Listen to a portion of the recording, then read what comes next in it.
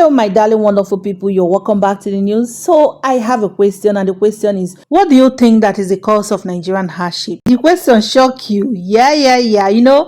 I saw this news when Oshimhole was speaking at a distinguished personality lecture organized by the National Institute for Security Studies, NISS. So, he made this statement. He said that workers are poorer now, despite the fact that there is increase in wages. That the reason why there is hardship, insecurity, low economic productivity in Nigeria is because of inadequate wages. That is poor compensation, poor minimum wage, and all of that in Nigeria. So what he's trying to say is that people are corrupt because they are not well paid. So I can't they ask this question, say, if in the yarn like that, what about those politicians that they are well paid, well paid, with the yes senators, House of Representatives, ministers, and all of that? How much will we say that they pay them as allowance, as salaries, and a whole lot? Yet they still a thief and they are still corrupt. So before we dive into the discussion, let's hear him out and see what he has to say. The former governor of Edo State, Comrade Adams Oshimhole, has criticized wage exploitation in Nigeria, warning that poor compensation negatively affects the national security and economic productivity. And according to him, Nigerian workers are poorer now despite the increase in the new minimum wage recently approved by the federal government. Speaking at a distinguished personality lecture organized by the National Institute for Security Study, NISS, in Abuja yesterday, Oshimhole highlighted how inadequate wages create a circle of economic hardship, making workers vulnerable for manipulation and radicalization. The lecture, which he titled National Minimum Wage, Reward System and Productivity in Africa, was a part of the Executive Intelligent Management course, EIMC 17, aimed at fostering a deeper understanding of the relationship among wages, security, and productivity. Oshimhole, who argued that a fair wage were essential to boost workers' motivation, efficient, and overall economic growth. The former Edo State governor, now the senator representing Edo North Senatorial District in the National Assembly, said workers faced with fluctuating salary and job insecurity, just as we know that employers can easily hire and fire employees. Okay, so despite paying union dues, workers often receive minimal support from the trade unions. Historically, the right to organize was suppressed, which limited workers' ability to negotiate collectively. Industrial sabotage emerged as a form of protest against poor conditions. Okay, he stated that collective bargaining and right to strike are essential tools for negotiating fair wages and working conditions. Workers often resort to work to rule when rights are restricted. That is correct, when rights are restricted. Significant disparities exist between minimum and maximum wages across sectors, leading to dissatisfaction among workers. He also states that the healthy often benefit from the state's protection while the poor struggle.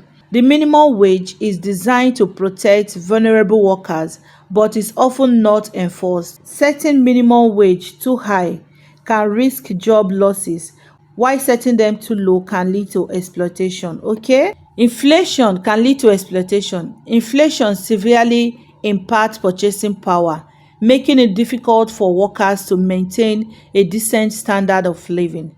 Historical comparison shows that too many workers are poorer now than in the past despite minimum wage increase. These are Oshimhole's remarks.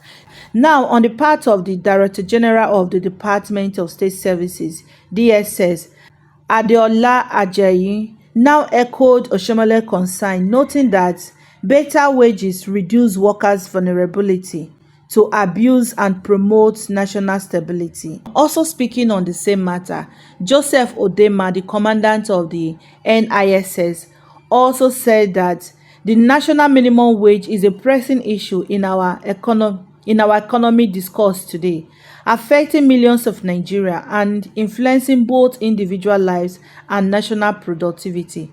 A well-designed reward system can drive workers' motivation, improve efficiency, and promote economic growth, while poorly structured policies can demoralize the workforce. So, to aim for a more equitable society, it is essential to understand the complex relationship between wages, reward, and productivity. So, my darling, wonderful people, you guys have heard the remarks from Adams Oshimhole, John Odama, and Adeolu Ajayi. Una don hear am. Now, coming to the main thing wey dey ground. What do you guys think about all these things they said? Yes, we know say Adams Oshimhole, what he said is very, very okay. Really, he has spoken well. He has said well. They all spoken well. But is that really the problem Nigerians are facing? Coming out to tell Nigerians that poor numerations, inadequate wages, poor compensation, whatsoever is the cause of the hardship Nigerians are facing now. Really? As in, seriously? To me, as in my own opinion, I don't know about you guys, and I would like you guys to tell me. I don't think that is the main problem of what Nigerians are facing, because what they are trying to tell Nigerians is that all these things will make workers to be vulnerable to corruptions and all of that. That is not true. So they want to tell us that all the House of Representatives, the senators, the politicians that have been looting money, stealing Nigerians, that are corrupt, even despite the ones where they don't steal, they still want more. Say they are doing all of that because government no pay them. That is incorrect. Poor numeration, all those things did not really lead to hardship. Not be waiting lead to hardship.